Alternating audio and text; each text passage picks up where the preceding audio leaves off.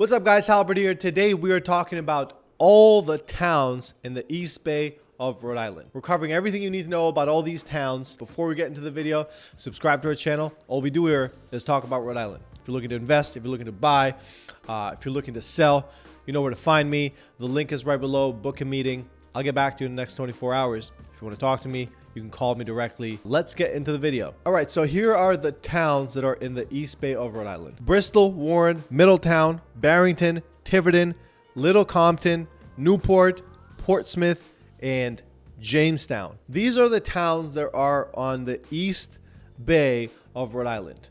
Now, all these towns obviously have one thing in common: they're by the water, but they are very different. All these towns are completely different. So we're gonna kind of categorize a couple of these towns for what they're specialized and what they're known for. Let's start with Bristol, Warren, and Barrington. And the reason why I'm going to start with Bristol, Warren, and Barrington is because they are connected to each other. So you have Barrington. If you're going up, you have Barrington, then you have Warren, and then you have Bristol, right?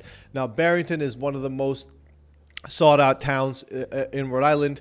Obviously, the real estate there is absolutely amazing. Lifestyle is amazing. Schools are the best in the state, and that's why it's a sought out town. It's also much more expensive to live there. The average price per property is one of the highest in Rhode Island.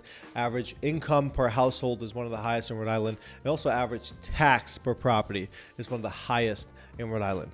But Barrington offers offers really good schools, so that's why families who are looking to buy that kind of like that forever home, that's kind of their goal. That's where people are looking to move. Then you have Warren, which is kind of in between. It's not really known for its school systems.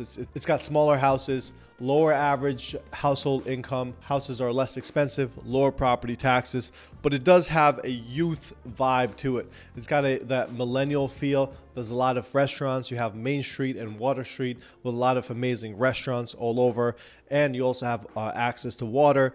Because properties are less expensive, it is very attractive to a lot of people who are looking to move there. Although in the last 4 to 5 years, when we started talking about Warren versus now, properties have gone up by 30-35%. There's not a lot that is available there because of that reason, because people who buy are staying there long term. So that's kind of has shifted. And then you also have Bristol. Bristol is kind of a combination of Barrington and Warren. Great town, higher average price per house, also per household income. But the other difference is there's a lot of retirees in Bristol. There's a lot of people who look to retire in Bristol because it's a really beautiful town. The summers there are absolutely amazing. It's covered with water everywhere. It's just a lot of things to do, a lot of restaurants, and it's just a really nice historical town to be there. Old historical homes, updated, clean town. It's just absolutely amazing. And then in the next category, you have Tiverton, Little Compton, and Portsmouth. The reason why I'm putting these in the similar category is because they're very similar towns. They're kind of like farm towns. Properties there have more land, so you can buy a house for, a certain price with 2-3 acres on it.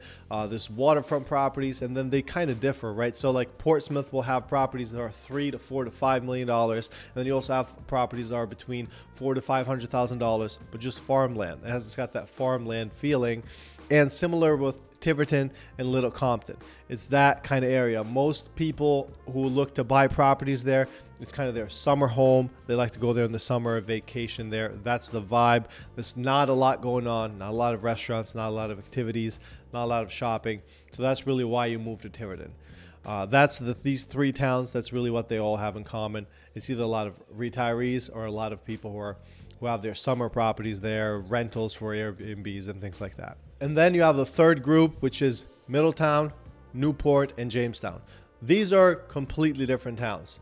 Newport, obviously, we talk about Newport here all the time.